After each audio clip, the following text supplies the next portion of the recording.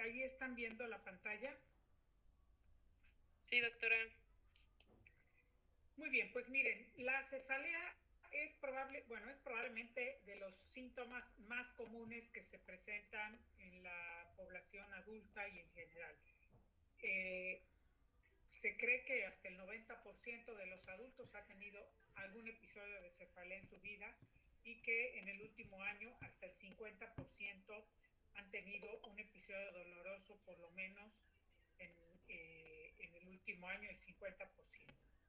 De esa gran cantidad de pacientes con dolor de cabeza o de personas que han tenido dolor de cabeza, hasta el 30% ha sido por migraña, siendo la migraña una enfermedad discapacitante.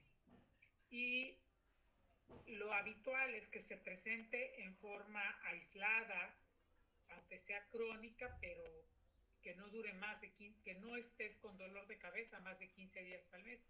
Pero hasta un 4% de la población llega a tener dolor de cabeza más de 2 semanas al mes. O sea, más de la mitad de su vida, vamos a decir así, de cada mes, tienen dolor de cabeza. Y la cefalea es como un síntoma universal. Se presenta en las diferentes latitudes, en las diferentes zonas geográficas, niveles socioeconómicos. ¿Qué pasó?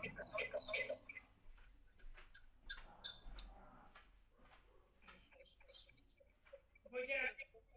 Hace eco. Sí. Voy a contar y volver con el por favor, que sí funciona.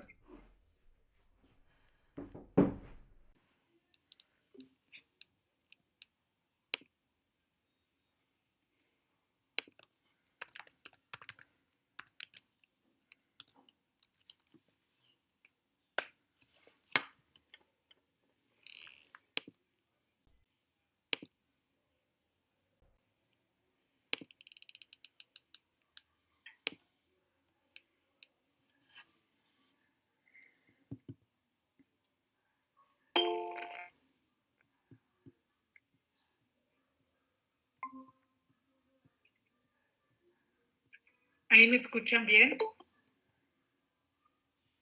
Sí, doctora. Es que no sé qué pasa con tanto que se hace ese eco.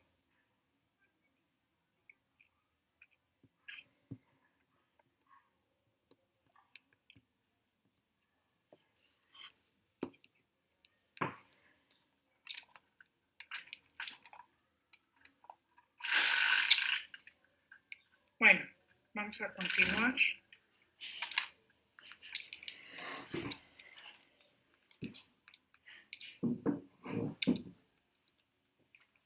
Ok, entonces les decía que la cefalea es de los síntomas más comunes, independientemente de la ubicación geográfica, de los niveles de ingresos, de la raza, etc. Es una enfermedad con un alto costo económico, como de tiempo y laboral, sobre todo cuando la cefalea está asociada a alteraciones en la calidad de vida. Bien, esto bueno, ya lo habíamos visto. Y hay dos tipos de cefalea. Es la primeritita división de las cefaleas. Cefaleas primarias y cefaleas secundarias.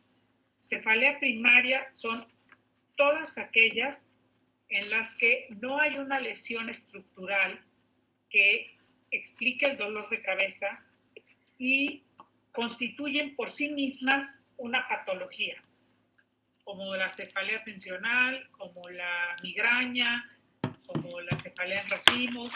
Son cefaleas que por sí mismas son una patología, una entidad nosológica en el que uno de los síntomas es la cefalea. Y tenemos las cefaleas secundarias. En las cefaleas secundarias siempre hay un proceso, o sea, siempre hay una causa para el dolor, ya sea estructural, metabólica, infecciosa, que van a generar el dolor de cabeza como un síntoma. La cefalea es un síntoma, junto con muchos otros van a dar otra enfermedad diferente. Muy bien. ¿Cuáles son las estructuras que son sensibles al dolor? Bueno, del cuello para arriba, salvo el cerebro propiamente, o sea, el parénquima cerebral, todas las demás estructuras son sensibles al dolor. La mayoría tienen la sensibilidad al dolor a través del nervio trigémino y una parte más pequeña a través de las raíces cervicales C1, C2 y C3. Entonces, desde la piel, tejido celular subcutáneo, periósteo, músculo, arterias, venas, meninges, dientes, ojos, oídos, senos paranasales y todos los nervios craneales tienen una sensibilidad o tienen receptores para el dolor. Por lo tanto, salvo el parénquima cerebral, todas las demás estructuras son sensibles al dolor. ¿Crees que quiera comer? Sí. Muy bien. Entonces, bueno, ya dijimos que el parénquima cerebral es insensible al dolor. Pero entonces, ¿qué es lo que produce dolor? Porque si yo digo que el cerebro, el parénquima cerebral no tiene sensibilidad al dolor, entonces, ¿por qué me duele la cabeza? ¿Por qué duele? Bueno, porque cualquiera de todas las demás estructuras que están allí, como les dije, piel, tejido celular subcutáneo, periósteo, hueso, arterias, venas, meninges, nervios craneales, músculos, tienen terminaciones al dolor. Y esas estructuras, si son traccionadas, o en el caso de las arterias o las venas sufren dilatación, o hay un proceso de inflamación a su alrededor, o desplazamiento, van a transmitir una sensación dolorosa. Entonces, cuando decimos me duele el cerebro, bueno, no te duele el cerebro, porque al final el cerebro no duele, pero todo lo que rodea al cerebro sí duele. Entonces,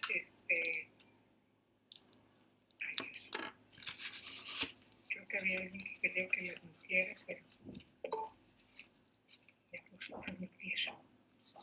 Bueno, entonces, todas estas partes son sensibles al dolor y la fisiopatología va a ser diferente en cada caso, pero al final lo que van a transmitir es una sensación dolorosa.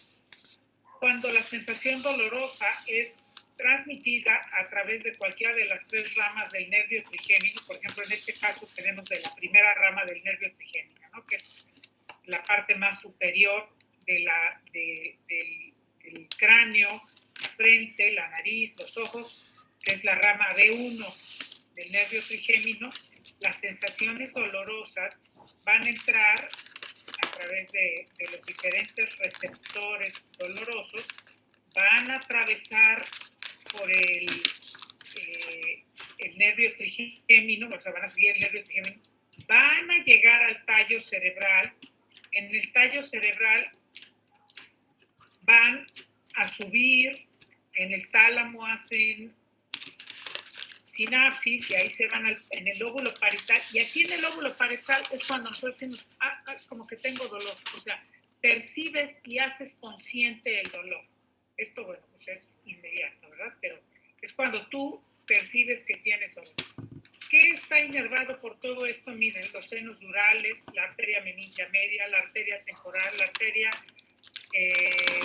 cerebral anterior, la tienda del cerebelo, las arterias carótidas, interna y externa.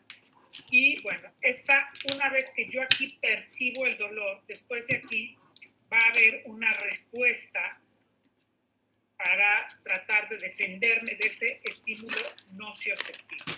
Pero también las señales pueden ir de las raíces cervicales C1, C2 y C3. Y de allí viene, por ejemplo, una contracción muscular. generar dolor por la contracción del músculo, de allí va a viajar a través del ganglio de la raíz posterior, entra a la médula, hace sinapsis, sube al cerebro, llega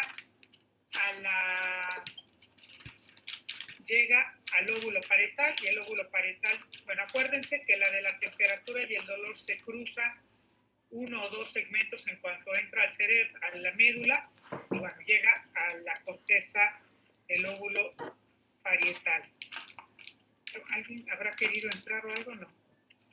Como que me sonó, pero no estoy segura.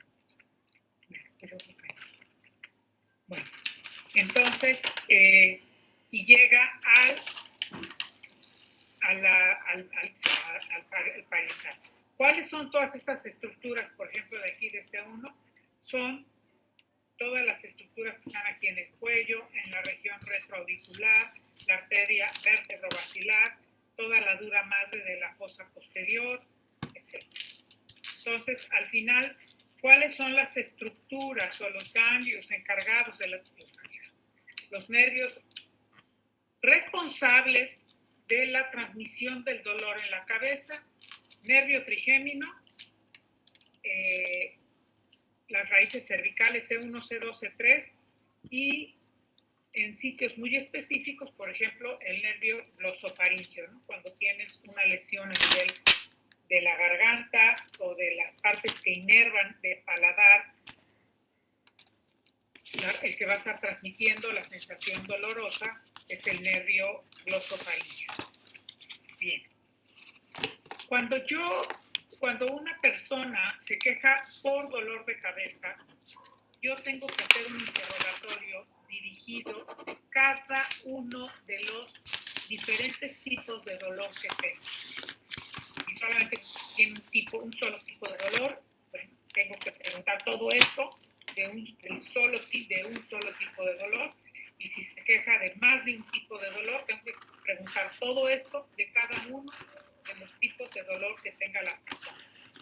Algo importante cuando no es un cuadro agudo, o sea, que no es reciente, hay que preguntar la edad de inicio,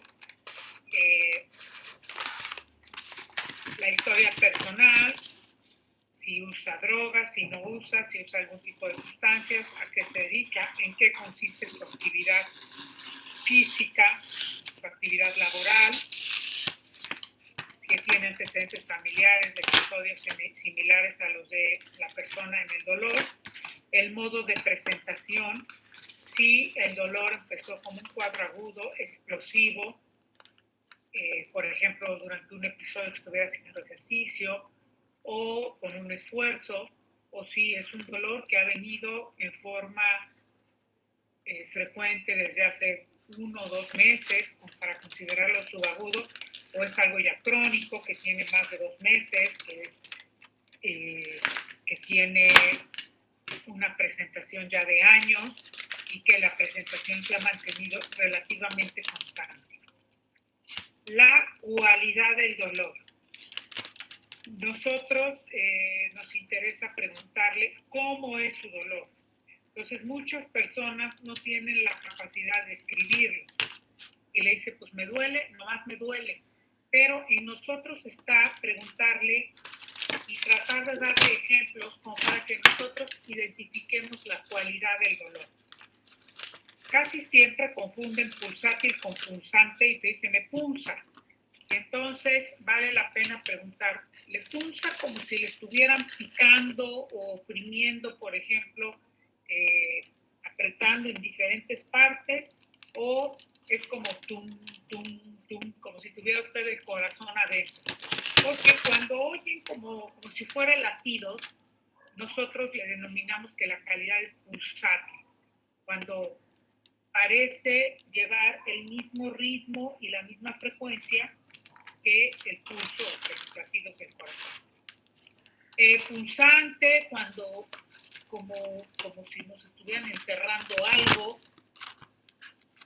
Opresivo, cuando sienten que se los están apretando. O pesantez, como que vienen cargando algo. O quemante, parece que tengo chile en la cabeza, o que me prendieron fuego. o, o es una sensación, por ejemplo, tipo descarga, que le viene como si le estuvieran dando un toque eléctrico. Entonces, esta cualidad del dolor la tenemos que anotar y tratar de identificar, ayudar al paciente a identificar la cualidad del dolor. Después, nos interesa conocer la intensidad del dolor. Puede ser que la persona solo logre decir, bueno, es leve, moderada o severa, pero esta escala, que hay muchas, me refiero con muchos dibujitos diferentes, que se llama escala visual análoga del dolor y que lo utilizan mucho, por ejemplo, los anestesiólogos, los ortopedistas, etc. Nosotros la utilizamos también para calificar la intensidad del dolor, en este caso del dolor de cabeza. Y en la que 0 es no hay dolor, 10 el peor dolor que se puedan imaginar. Y viene acompañada de estas figuras aquí abajo, que por ejemplo se puede utilizar en niños, en personas que no hablan español o que no conocen los números, para tratar de identificar qué tan intenso es el dolor. Porque al final el dolor es un síntoma totalmente subjetivo y la única forma que nosotros tenemos de medir el dolor es como lo mide la persona que lo está padeciendo. Bien, luego vamos a tratar de ubicar la localización del dolor, de dónde le duele. Le duele alrededor de los ojos, del lado derecho, del lado izquierdo, o a veces de un lado, a veces del otro. Le duele la frente, las sienes, le duele un puntito nada más, ahí le duele, o le duele, por ejemplo, entre los ojos y la nariz, le duele a nivel de la articulación, le duele en la región oral, le duele toda la cabeza, le duele la nuca. Lo importante es identificar en dónde le duele a la persona o si el dolor es toda la cabeza. Y una vez que vamos teniendo esos datos, tenemos que preguntar del dolor cuánto tiempo le dura el dolor. Entonces, bueno, a lo mejor les dice fuerte, fuerte, y entonces le tienen que preguntar, ¿intensidad de cuánto? No, bueno, pues sin intensidad de 9 me dura 10 minutos, pero después se me queda un dolor allí leve y mucha gente dice, un dolor así como normal. Bueno, evidentemente ningún dolor es normal, pero llegan a normalizarlo por la frecuencia y cronicidad y le dice, bueno, normal como en 2 o 3 me queda durando 6 horas. Entonces, todo eso hay que anotar. Cuánto dura y cada cuánto se presenta el dolor. Para que nosotros tengamos una idea aproximada de cuántos días del mes, de la semana, la persona está padeciendo dolor. La otra importante a preguntar es qué se lo precipita o qué le hace que se sienta más mal. Pueden ser olores intensos, pueden ser luces estroboscópicas, puede ser algún alimento, puede ser que no lo hayan identificado, qué les desencadena o les hace más fuerte el dolor, puede ser el frío, puede ser la tos, pueden ser múltiples situaciones. Entonces, cuando la persona empieza a identificar la cefalea como un síntoma y empieza a identificar los factores que se la pueden estar agravando o desencadenando, puede ser que tengamos un avance importante en cuanto a la mejoría del dolor cuando la persona es capaz de identificar estos síntomas, estos factores precipitantes, en particular en cefaleas crónicas. ¿Qué se acompaña cuando tiene el dolor? Cuando tiene el dolor le dan ganas de vomitar, vomita, si vomita mejora el dolor o empeora, si le molesta la luz, si le molesta el ruido, si se acompaña, por ejemplo, de crisis epilépticas o pérdida de la visión, o fiebre o alguna otra sintomatología. ¿Qué medicamentos ha tomado? ¿Cómo le ha ido con esos tratamientos? A lo mejor le quitaron el dolor, pero los efectos adversos fueron muy severos. O al revés, no le quitaron el dolor y se lo aumentaron. o lo dejaron de tomar porque ya no lo podían comprar o porque dejó de estar en el mercado.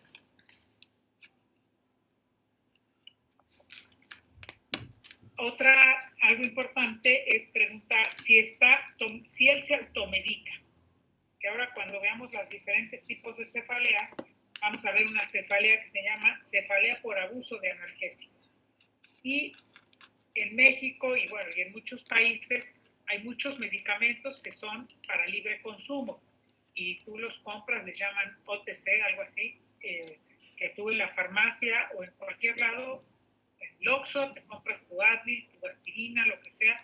Entonces, cuando hay un consumo excesivo de estos medicamentos, especialmente de analgésicos, bueno, ni tan excesivo, más de 10 días en un mes, ya el mismo medicamento te genera dolor. Entonces, es muy importante preguntar qué están tomando y que a qué dosis lo toman. Si ya les hicieron algún estudio, si no les han hecho algún estudio, cómo está su situación anímica, si están irritables, si están demandantes, si están tristones, si están deprimidos, si tienen algunas verborreicos, si tienen alguna situación en particular en ese momento que ustedes los están explorando. Y la otra situación importante, sobre todo en cefaleas crónicas, el motivo por el que consulta en ese momento, ¿verdad? Porque un paciente que te dice que lleva 20 años con un dolor de cabeza, bueno, pues vale preguntar y exactamente cuál es la razón por qué decidió venir hoy a consulta. No, pues bueno, pueden ser muchas las razones. Puede ser que siempre se haya estado atendiendo, no sé, con un médico, puede ser que ahora haya aumentado el dolor, haya cambiado de características, puede ser que ahora tienen acceso a ese servicio de salud, no sé, no tenían IMSS y ahora ya tienen IMSS, no tenían seguro popular, ahora ya lo tienen, o platicaron y alguien les dijo, no, pues vea que tengan ese dolor.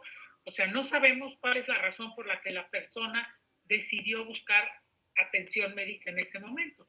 Y es muy importante preguntarlo porque después cuando veamos, hay situaciones, o sea, cuando un dolor de cabeza cambia en frecuencia, en intensidad o en tipo en forma reciente, es importante buscarle una causa y determinar por qué está habiendo este cambio y si no es una situación que ponga en riesgo al paciente. Bueno, entonces, cuando nosotros ya tenemos todo esto, entonces lo que vamos a hacer es clasificar nuestro dolor de cabeza. La clasificación internacional de las cefaleas, ustedes la pueden bajar con todo el detalle de internet, está como clasificación internacional de las cefaleas, es la tercera edición, que hay una última revisión del 2018, es la más reciente, y es un documento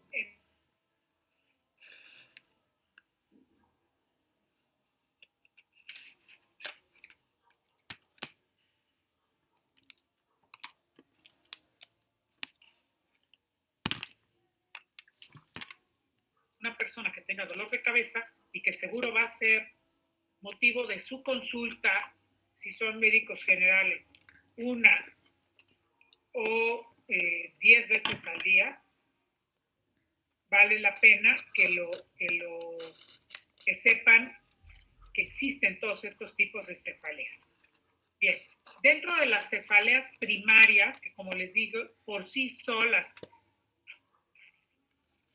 son una entidad patológica, una entidad nosológica, una enfermedad propiamente dicha, tenemos la migraña, que es probablemente de las cefaleas primarias la más incapacitante. Después tenemos la más común, que es la cefalea tensional, y entre estas dos yo creo que son el 80% de las cefaleas primarias en cuanto a frecuencia. Después tenemos estas cefaleas que se llaman trigémino-autonómicas o trigémino-vasculares, y en algunos otros lugares las conocen también como cefaleas que responden a indometacina. Y después tenemos otras cefaleas primarias en las que tienen una asociación directa con alguna actividad. La tos, el ejercicio, la actividad sexual, el sueño, etc. Entonces, estas cefaleas primarias son las que propiamente corresponden a una entidad patológica y las vamos a revisar. Y después tenemos ya todas las cefaleas secundarias.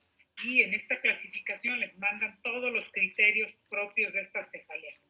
En el apartado 5 les muestran todas las que pueden estar relacionadas con trauma craneal o cervical, o cervical. Luego tenemos las que están asociadas a problemas vasculares, las que no están asociadas a problemas vasculares, las que están asociadas al uso o suspensión de alguna sustancia, las que están atribuidas a infección y las atribuidas a algún trastorno de la homeostasis, en las que entran la de la hipertensión, la del ayuno, las por hipoxia, por hipercapnia, por diálisis, etc. Entonces, dentro de las atribuidas a los trastornos vasculares o cervicales, pero que son vasculares, tenemos, bueno, probablemente la más frecuente es la hemorragia intracraneal no traumática, que puede ser por una malformación aneurismática o una malformación arterial no aneurismática, pero puede ser, por ejemplo, por arteritis o por trombosis venosa cerebral, etcétera. Esos temas los iremos viendo cada uno. Y las que no están asociadas a un trastorno vascular, pues son, por ejemplo, las asociadas con hipertensión o hipotensión del líquido cefalorraquídeo, por ejemplo, cuando se hace un bloqueo epidural y se hace una punción advertida o inadvertida de la dura madre y queda una fístula de líquido y se está saliendo líquido, disminuye la presión intracraneana por la pérdida de líquido a nivel de donde se hizo la punción, por ejemplo, para el bloqueo epidural, y hay dolor de cabeza. O por una enfermedad inflamatoria no infecciosa, por ejemplo, no sé, lupus.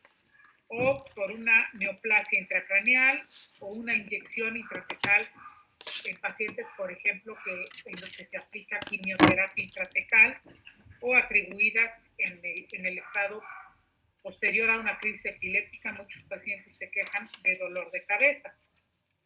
Algún tipo de malformación de la base de cráneo, como es la malformación de Chiari tipo 1, o a otro trastorno. O sea, que no lo tenemos identificado, pero que sabemos que hay algo ahí que lo está causando, pero no sabemos qué es.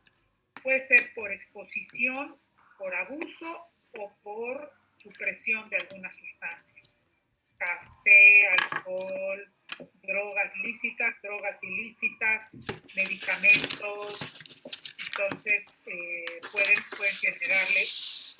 Hay medicamentos, por ejemplo, vasodilatadores que manejan en algunas patologías cardíacas o presión y generan dolor de cabeza como un efecto adverso.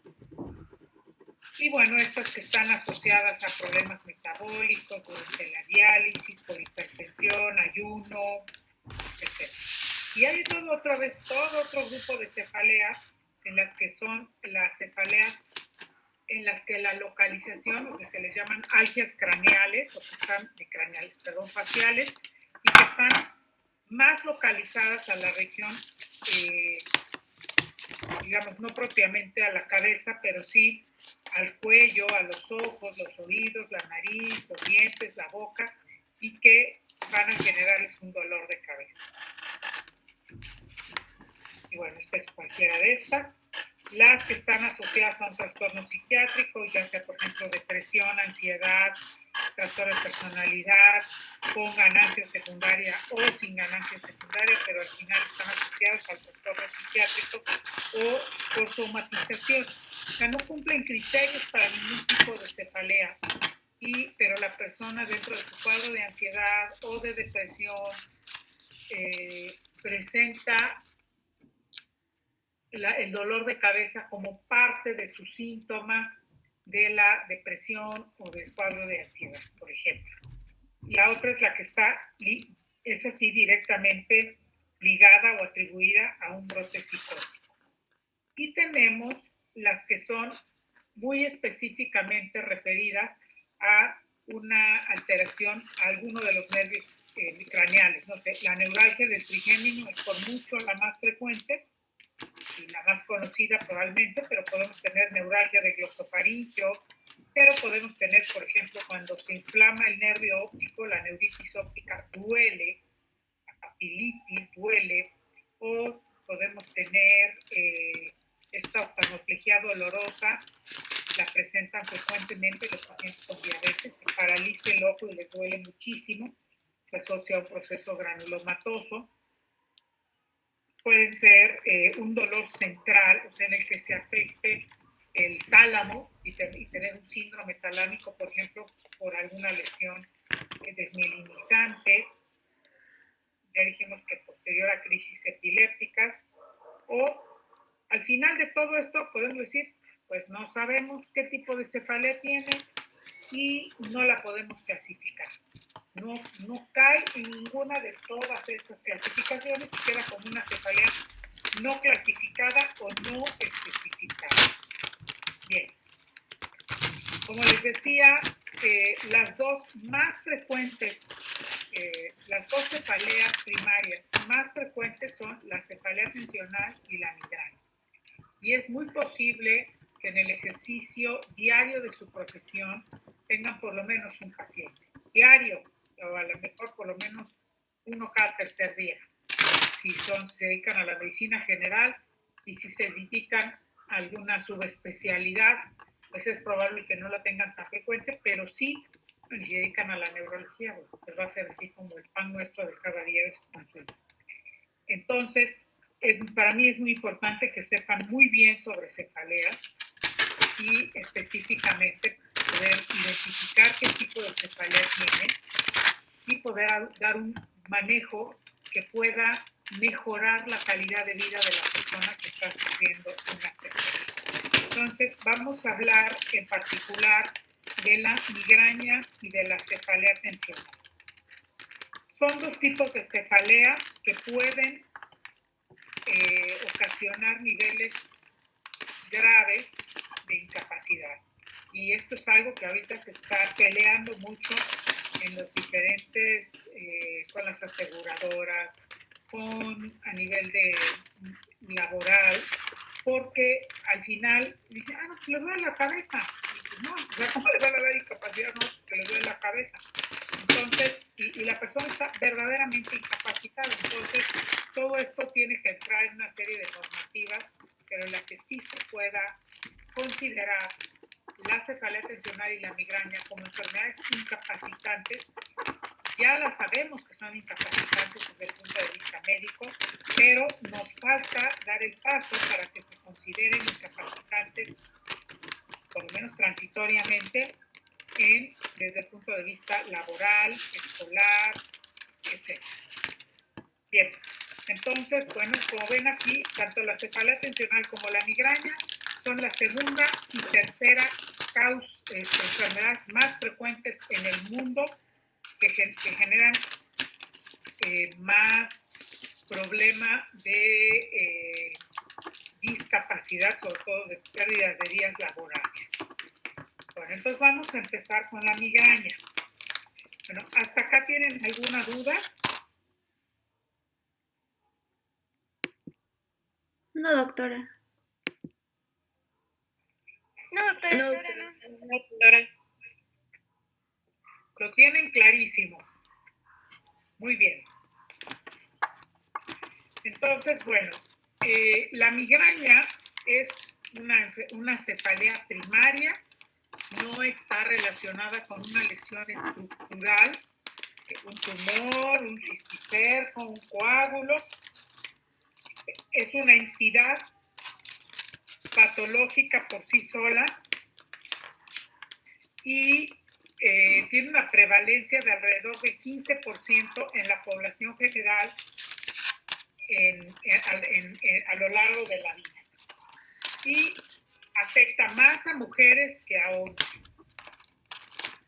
Es desde el punto de vista de la incapacidad, particularmente laboral, y las alteraciones que da en la calidad de vida, es de las 10 más incapacitantes. Evidentemente va después de las parálisis, de enfermedades cardiovasculares, etcétera, pero al final es una enfermedad incapacitante. Y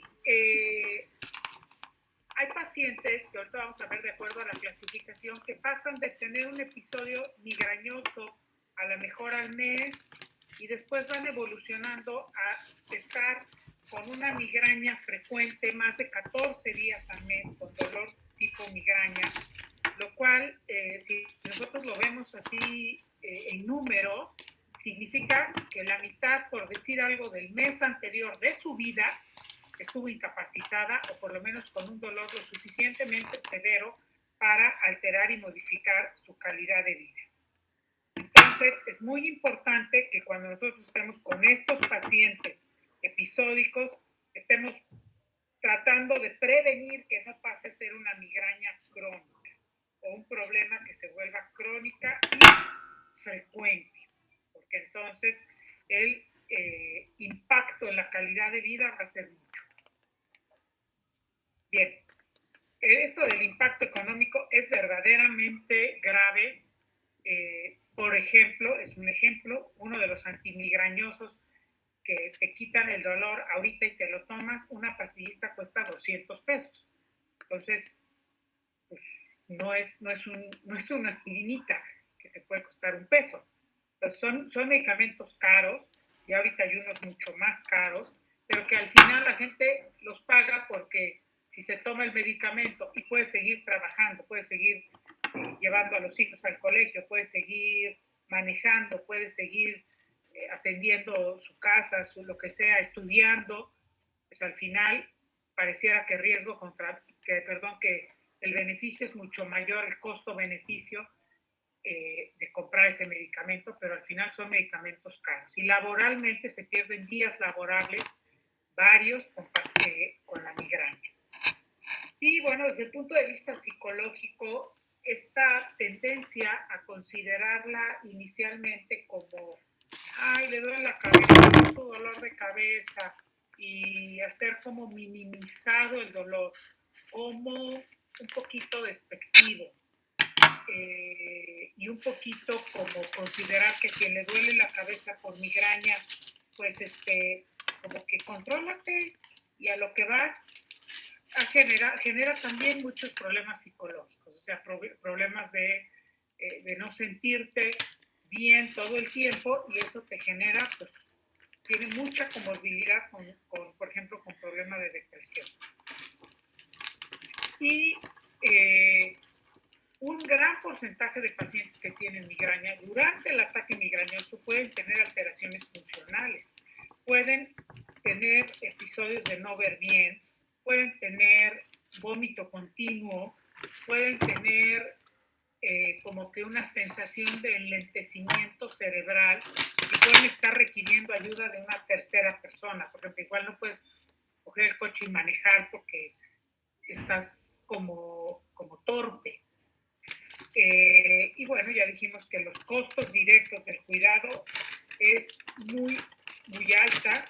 Y miren, en Inglaterra, que hicieron pues este estudio, 20 millones de días laborables y alrededor de 27 billones de euros anualmente en los países europeos. O sea, está, como dicen, fuerte el gasto.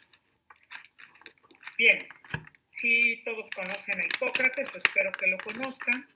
Bueno, pues no todo lo que decía era verdad, pero sí fue, creo yo, que el mayor valor de Hipócrates, que tampoco conozco mucho de él, es esa descripción tan precisa que hacía de algunas patologías. Y en el caso de la migraña, decía, parece que ve algo delante de él, como si fuera una luz, generalmente en el ojo derecho. Dice, al cabo de un rato sobreviene un dolor violento en el lado derecho del cráneo y después en toda la cabeza y el cuello. Tras el vómito, el dolor se alivia. Entonces, pues esta es una descripción, digamos que ahorita que veamos los criterios diagnósticos de la migraña con aura, van a darse cuenta que, bueno, pues es una descripción de una migraña con aura. Entonces, la migraña es una patología que yo creo que tiene la misma historia que la historia de la humanidad y que, bueno, se fue describiendo sus manifestaciones habituales. Bien, vamos a empezar con los criterios diagnósticos de cada uno de los tipos. Bueno, esta palabra de aura es como el inicio de las molestias y que se utiliza solamente para la migraña. Para que ya, o sea, nada de que hubo un aura, no, aquí, digo, salvo las otras corrientes filosóficas o espiritistas en las que se maneja este término de aura, en el caso específico de esta clase, aura lo vamos a definir como los síntomas que se presentan antes de un episodio migrañoso. Entonces, tenemos dos tipos de migraña. La migraña que viene con aura y la migraña que viene sin aura. La migraña sin aura también se le ha conocido como migraña común o hemicrania. La palabra migraña viene de hemicrania, porque el dolor es unilateral, salvo en raras excepciones, es un dolor unilateral, hemicrania. También se le conoce como hemicrania simple o migraña común. Y es una cefalea que tiene episodios dolorosos de 4 a 72 horas, o sea, les dura desde unas horas hasta 3 días seguidos, están con el dolor. ¿Cuáles son los dolores, las características del dolor?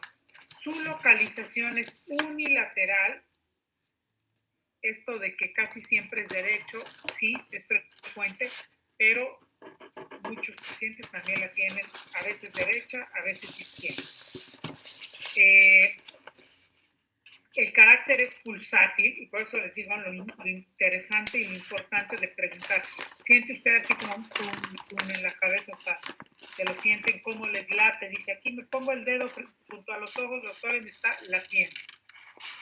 La intensidad es entre moderada y severa. Y la migraña aumenta o empeora con la actividad física. La persona está sentadita, quietecita, no se mueve, tiene el dolor terrible, pero se para a caminar, o sea, una actividad física habitual y el dolor empeora. Y se puede asociar con náuseas, foto o sonofobia. Pues los criterios, bueno, entonces, ¿qué pasa en la migraña? Hay un término que se le utiliza, que se le conoce como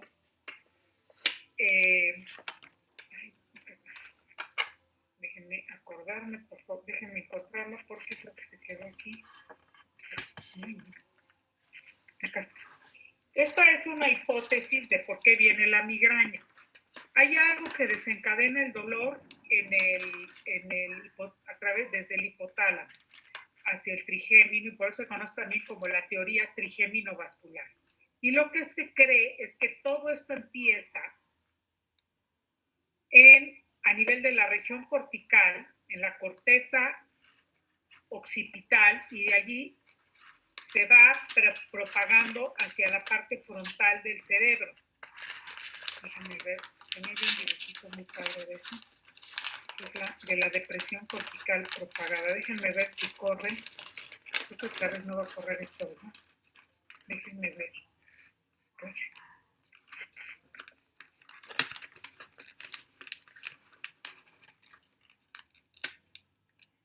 ¿Sí ven el dibujito, chicos? Ah, no lo dejo. ¿Lo están viendo o no? No, doctora. No, doctora. Muy bien, vamos a ver aquí. Ok, acá está. Voy a dejar de compartir. Y luego les pongo acá una ventana, será una pestaña. A ver, acá está esta pestaña. ¿Ya la ven? ¿Ahora sí la ven? No, doctora, no, doctora. Qué barbaridad. Bueno, ver si compartir, cancelar, a ver, una ventana. Pero ya me dijeron que no la veo, ¿verdad? Bueno, pues entonces no importa. Bueno, si quieren copian esto y luego ven el videíto. No sé por qué, porque yo sí lo veo aquí en mi pantalla, pero no sé cómo compartirse. Bueno, esta depresión cortical propagada significa que empieza con unos cambios que pueden ser días o horas antes y que lo conocemos como la fase prodrómica, en la que el paciente puede tener irritabilidad, puede andar dolor, estás con muchos bostezos, puedes tener muchas ganas de ir a hacer pipí, muchos antojos de comida o de algún tipo de alimento, aumento de la sensibilidad a los luz y a los sonidos y problemas en la concentración. Y después de eso viene el aura, que en la migraña sin aura pasa de aquí del pródromo directamente al episodio doloroso. Y en la migraña con aura pasa primero por este episodio. El aura es un síntoma que se presenta antes del dolor habitualmente. Eso es lo habitual. Se presenta entre 5 a 60 minutos antes del episodio doloroso y puede durar hasta 1 hora. El aura más frecuente son los trastornos visuales, que generalmente son fotopsias, o sea, puede ser que vea luces, que haya disminución de la visión en el ojo, que vea cuadriculado, que vea muchos puntos, que vea muchas manchas oscuras, pero esto es la más frecuente, el aura visual. Y puede haber, como les digo, una pérdida transitoria de la visión unilateral. Puede haber entumecimiento de alguna parte del cuerpo, pero no es frecuente. La más frecuente es el aura visual. Y el paciente ya sabe que una vez que empieza con los trastornos visuales, va a seguírsele el dolor de cabeza. Si no hay aura, pues va a pasar del pródromo directamente al dolor de cabeza. En el ataque de migraña, ya dijimos, es un dolor que dura entre 4 a 72 horas. Hay palpitaciones, o sea, el dolor es un dolor pulsátil.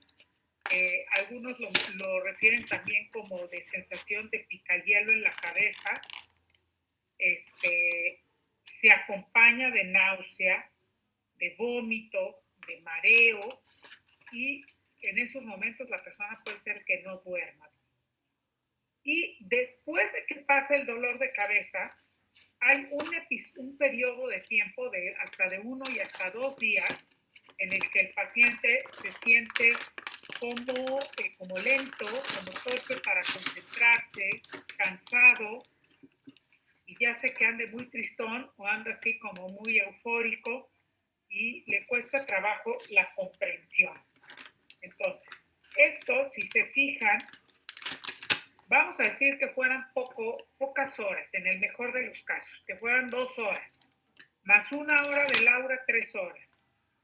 Que en promedio les durara un día, ya vamos 25 horas.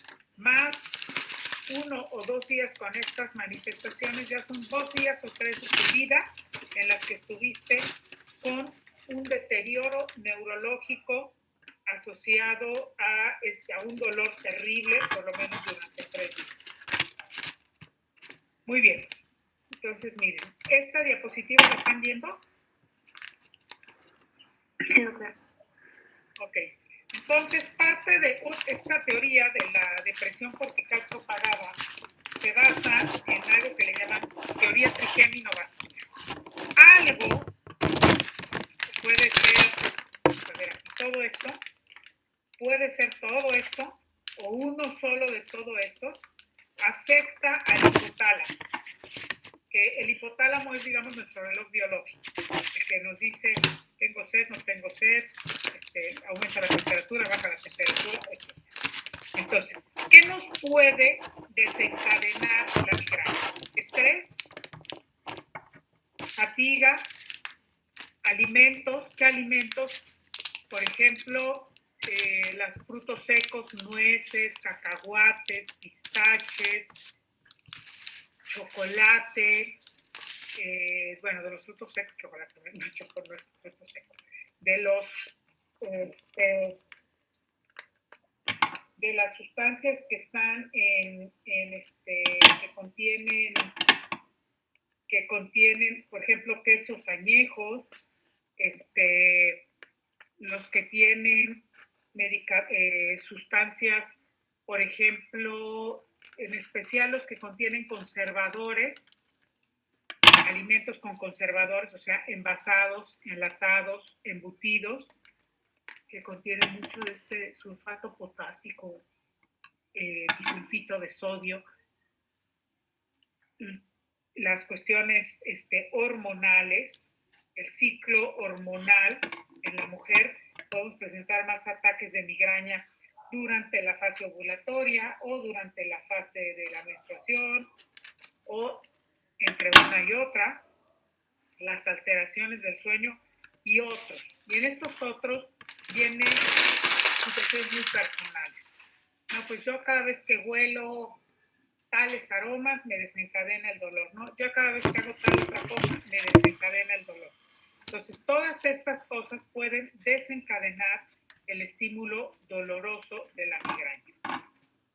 Bueno, creo que hasta aquí nos vamos a quedar porque ya son las 5:56. Mañana continuamos migraña, cefalea tensional, otro tipo de cefaleas y creo que después ya seguiremos avanzando con otros. Uno de sus compañeros del otro equipo, del otro grupo, me dijo que a lo mejor ella podía hacer un grupo en la plataforma de Teams para las clases. Pero bueno, no sé, dice, ¿se puede tener acceso desde su cuenta de correo, Hotmail o Gmail? Bueno, entonces no sé si a ustedes les interesara eso, si es que nos sigue fallando el Google Meet. Si alguien lo sabe hacer, lo hace, y si no, bueno, pues nos quedamos así como estamos y seguimos adelante. Doctora, ya teníamos un grupo, ya lo habíamos hecho y le enviamos el link para pero que no pude entrar porque me pedía mi correo institucional y a mí todavía la universidad al día de hoy no me ha mandado nada. O sea que ni siquiera sé si estoy contratada por la universidad o no. Pero bueno, por lo pronto no me ha mandado ningún correo institucional y entonces no pude entrar. ¿Recuerdas que les contesté eso? Que no podía entrar porque yo no tenía correo institucional. Si ustedes creen o saben que yo pueda entrar a través de mi correo personal y creen que funcione mejor, pues lo hacemos adelante. Si quiere, yo la trato de agregar con el correo de Gmail, ¿verdad, doctora? Y sí, ya si quiere, mañana hacemos la prueba. Órale, pues, sale pues. Perfecto. Bueno, pues entonces, chicos, que terminen de pasar una tarde del Día del Amor y la Amistad muy bien y nos vemos mañana. Gracias, doctora.